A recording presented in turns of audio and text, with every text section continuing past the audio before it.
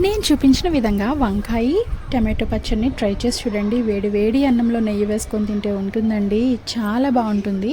దీనికోసం ముందుగా గిన్నెలో కొద్దిగా ఆయిల్ వేసుకొని వేరుశనగలు వేసుకొని అవి కొంచెం ఫ్రై అయిన తర్వాత 1 టీ స్పూన్ ధనియాలు, కొద్దిగా కరివేపాకు వేసుకొని బాగా ఫ్రై చేసి పక్కకు తీసేసుకోవాలి.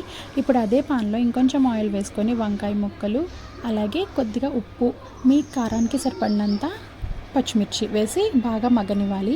ఈ వంకాయ ముక్కలంతా బాగా మగ్గిపోయిన తర్వాత పక్కకు తీసేసుకొని అదే పాన్లో ఇంకొంచెం ఆయిల్ యాడ్ చేసుకొని టమాటో, అలాగే కొద్దిగా చింతపండు కూడా వేసుకొని మెత్తగా మగ్గనివ్వాలి. ఇప్పుడు ఇవన్నీ మనం వేపేసుకున్నాం కదా, వీటిని బాగా చల్లారనిచ్చి మిక్సీ జార్లో ముందుగా వేపుకున్న వేరుశనగలు అవి వేసి పౌడర్లా చేసుకొని ఇప్పుడు వంకాయ ముక్కలు, జీలకర్ర, వెల్లుల్లి, పచ్చడికి సరిపడినంత ఉప్పు వేసుకొని మెత్తగా మిక్సీ చేసుకొని అందులోనే టమాటో గుజ్జు, కొత్తిమీర వేసుకొని కచ్చపచ్చగా మిక్సీ చేసుకుంటే సరిపోతుంది. టేస్ట్ అయితే చాలా బాగుంటుంది. వీడియో నచ్చితే లైక్ చేయండి.